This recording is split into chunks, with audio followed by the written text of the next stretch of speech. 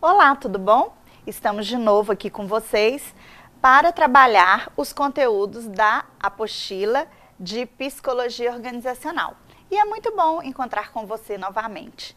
Bom, hoje, antes de iniciarmos o nosso conteúdo, que é um conteúdo muito legal, por quê? Porque nós vamos falar de motivação, dentro do nosso curso de formação de administração pública, nos conteúdos da apostila de Psicologia Organizacional. Mas antes de começarmos esse conteúdo, motivação, vamos falar para vocês um aviso rapidinho. Olha, na aula 3, nós postamos, eu e o professor João, junto com os webtutores, os tutores dessa disciplina, nós postamos os 3 capítulos da apostila. O capítulo 1, que nós trabalhamos a questão de conhecendo a psicologia e suas abordagens. O capítulo 2, que fala da psicologia organizacional e seus campos de atuação. E o capítulo 3, que trabalha o trabalho e seus impactos na vida e na saúde do trabalhador. A gente navegou pelos fóruns, constatou que vocês estão participando ativamente aí dos fóruns da disciplina. Tem as aulas que são postadas, os textos complementares, os vídeos que os tutores trabalham com os professores para serem postados para vocês. Tem a primeira aula que foi gravada, e agora a 4ª aula que nós estamos gravando aqui para ter uma interação maior com você sobre o conteúdo, para explicar um pouquinho melhor os capítulos da apostila. Mas nessa apostila da nossa aula, da nossa disciplina, estão liberados 3 capítulos. E esses 3 capítulos estão postados dentro da aula 3. Então é bom você ir lá, conferir, ler os capítulos, para que a gente possa, na hora da prova, estar antenado aí e responder as questões. Bom, nossa aula hoje é a aula 4, é uma aula que traz o conteúdo motivação, Esse conteúdo é um conteúdo muito importante, por quê? Todo dirigente de uma organização gostaria de saber o que motiva seus funcionários, não é mesmo?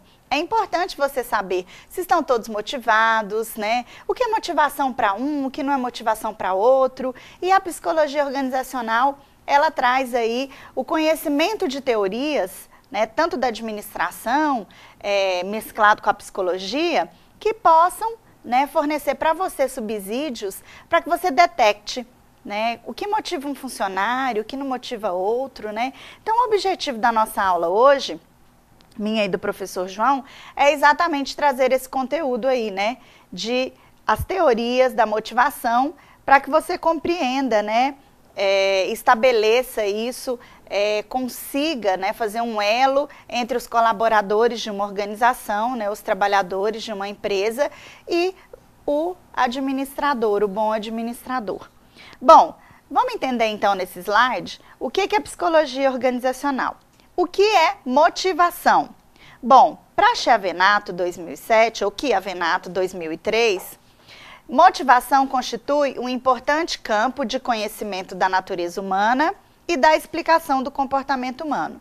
Então, fazendo elo com a psicologia, a gente vê que a motivação, ela é uma explicação do comportamento humano. O que motiva uma pessoa a fazer determinado trabalho? O que motiva ela a agir? E aí a gente traz para você no slide também que isso significa que para compreender o comportamento das pessoas é necessário conhecer a sua motivação, E a gente traz também a etimologia da palavra motivação. É uma palavra que vem do latim, que significa moveres, E significa mover. Então, motivação é tudo que pode mover, ou aquilo tudo que causa ou determina alguma coisa, ou determina a ação do indivíduo. Quando você está motivado, você irá com certeza realizar alguma ação. O motivo, ele impulsiona as pessoas a agir, ou dá origem a um comportamento específico. Então, esse motivo que te leva a agir, porque o seu comportamento está bem motivado, que faz você agir, que faz você trabalhar, é que nós vamos estudar aqui hoje essas teorias que possibilitam conhecer ou identificar o que motiva alguém e o que não motiva, quais são as necessidades da pessoa para a motivação. Maximiano, 2009, afirma que a motivação é a energia ou a força que movimenta o comportamento. Esse autor, ele assevera que, ou ele assegura, ou ele afirma que a motivação possui 3 propriedades. Vamos conhecer essas propriedades? Primeiro, a direção. Para qual a motivação leva o comportamento? Ou seja, a escolha de um determinado comportamento dentre diversas possibilidades possíveis. Ou seja, ainda, né? Você pode escolher trabalhar ou ficar em casa. Então, é a motivação que direciona o seu comportamento. O que você vai fazer? Ah, não, hoje eu não estou querendo trabalhar porque eu não estou muito motivado. Então, esse direcionamento é que visualiza o seu comportamento, né? É que te impulsiona o seu comportamento, que dá aí uma motivação para que você escolha o que você vai fazer. Então, é a direção da motivação. Tem também a intensidade que o autor apresenta aí para a gente no conteúdo. É a dimensão da motivação. Então, a intensidade é o mensurador, né? Você tem mais intensidade de estar motivado ou menos. Então, é o que mensura, é a dimensão, o tamanho da sua motivação. Ou seja, é o esforço gasto pelo indivíduo na realização de determinada ação. Vamos a um exemplo.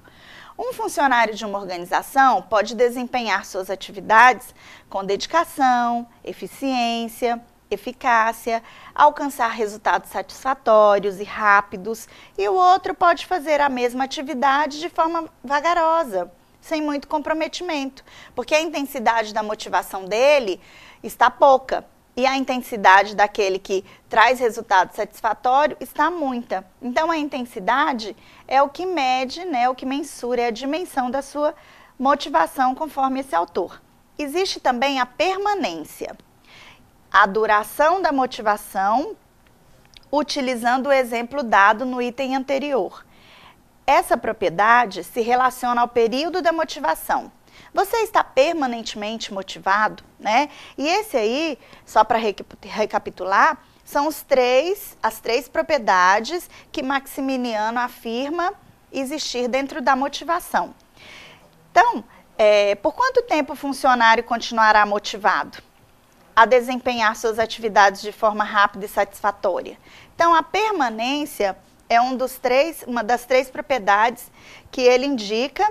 Para quê? Para você ver a duração da motivação, né? O tempo que permanece a motivação em um funcionário. O dirigente de uma organização, ele precisa entender e identificar o que impulsiona os seus colaboradores.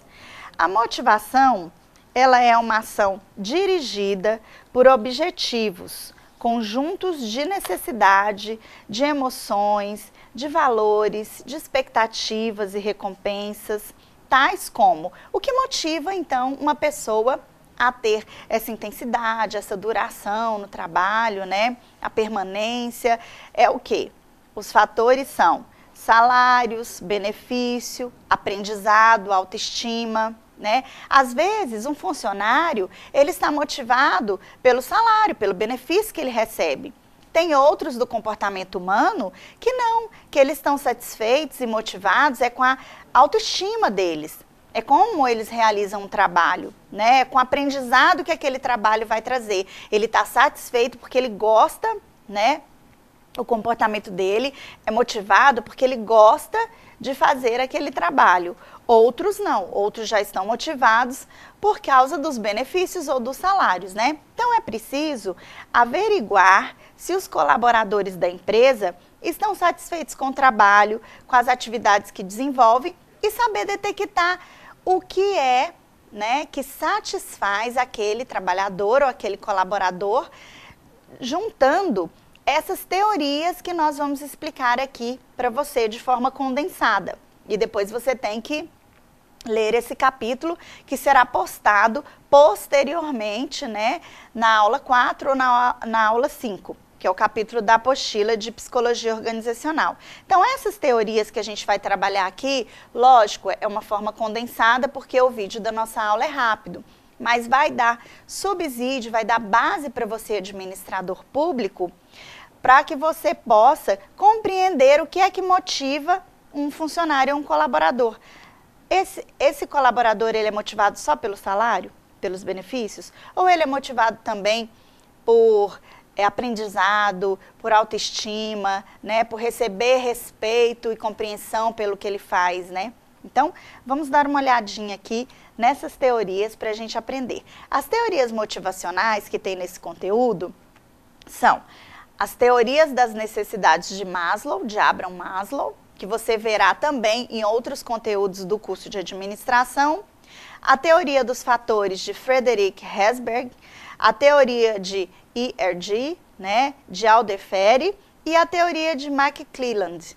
Então, nós vamos trabalhar de forma condensada. A teoria das necessidades de Maslow, que é uma das mais utilizadas dentro dos cursos de administração, ela é uma teoria que ela desenvolve essas necessidades do profissional de forma hierarquizada. Então, Maslow fala que existem as necessidades inferiores, que é a necessidade de segurança básica e as necessidades filosóficas, e as necessidades superiores, que é a necessidade de autorrealização, de estima e do ato de pertencer.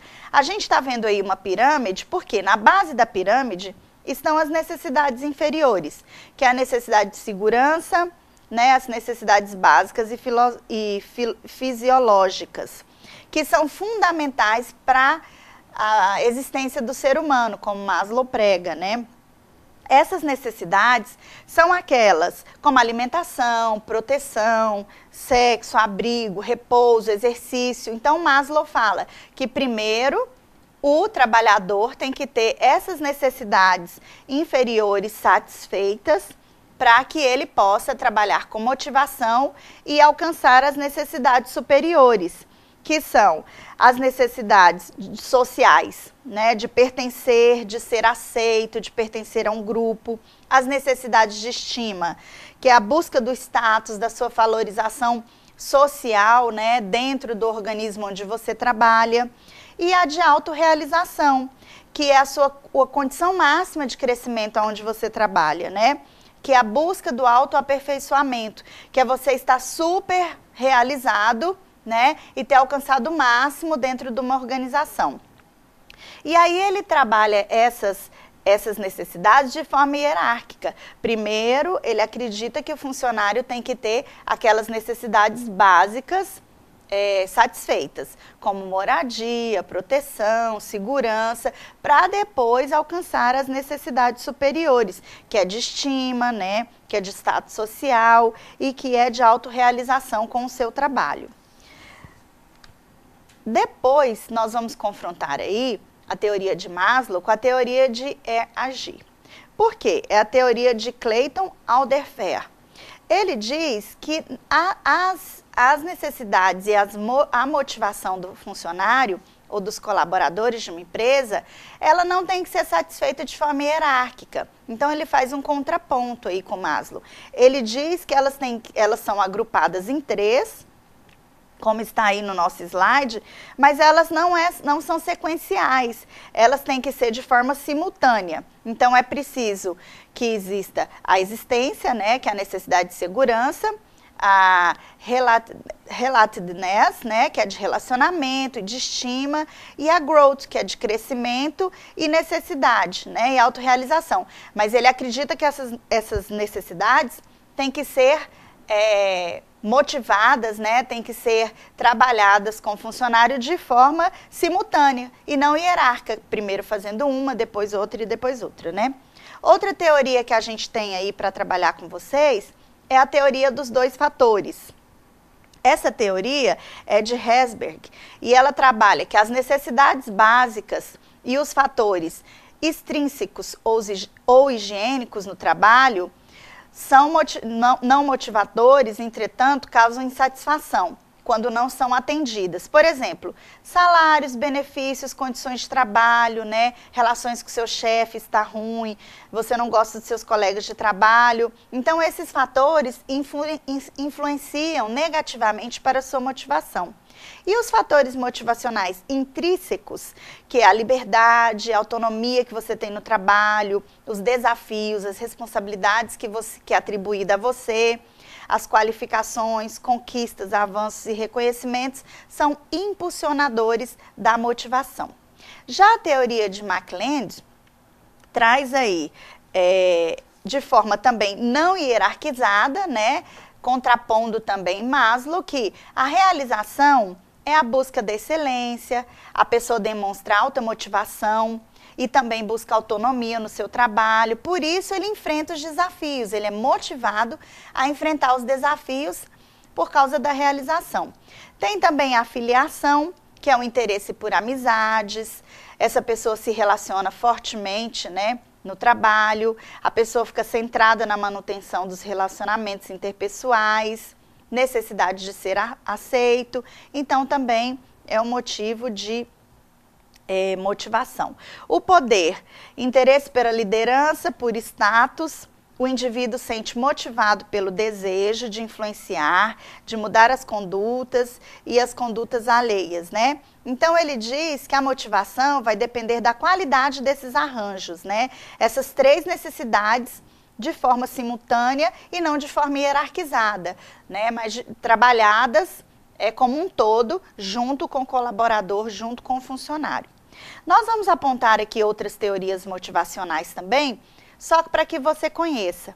Mas o importante é que assim que esse capítulo for postado, você leia para você conhecer mais a fundo as teorias. A gente trouxe aqui de forma rápida e pontuada para que você tenha uma clareza maior quando você ler o conteúdo. Então, tem a teoria cognitiva, que destaca que o homem é um ser racional, capaz de controlar as suas vontades e responsabilidades. Tem a teoria do instinto, que é de psicólogos como Freud, McDonald e William James, que acreditam que tudo aquilo que foi herdado pelo indivíduo determina o seu comportamento e, portanto, influenciam na sua motivação.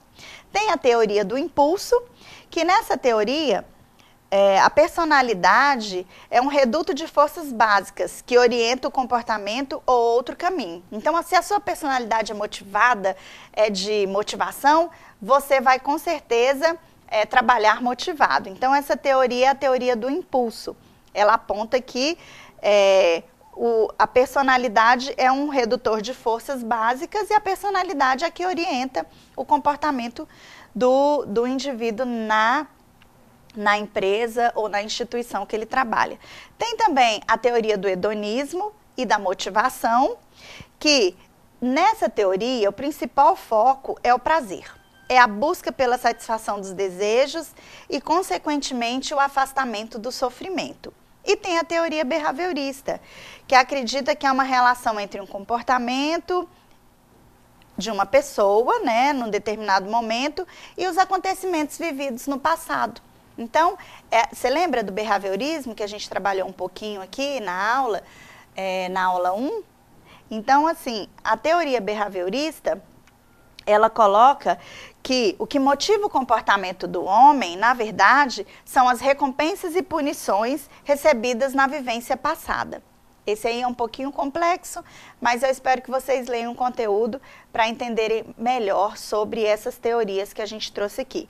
O importante, gente, é frisar que, para entender o comportamento de um indivíduo dentro da instituição, é preciso que você leia, conheça as teorias, porque às vezes um comportamento, as teorias iluminam, né, o que a gente pode entender e compreender de comportamento de um indivíduo. O indivíduo se comporta motivado, né, alegre, satisfeito, porque ele tem as necessidades de segurança básicas, né, preenchidas, né, ou satisfeitas. O outro é mais uma necessidade de autorrealização. Ou outro é tudo isso junto, todas essas propriedades que fazem com que ele trabalhe motivado. Então, essas teorias vêm dentro da psicologia organizacional, vem para clarear, né, para iluminar como nós podemos entender melhor o ser humano, como nós podemos entender melhor os indivíduos que trabalham com a gente na administração pública. Até mais, no próximo vídeo a gente traz aqui o conteúdo de outro capítulo e eu espero que vocês leiam capítulos que já estão postados na aula 3 e no final da aula 4 ou na aula 5 estaremos postando esse capítulo do conteúdo motivação. Até mais!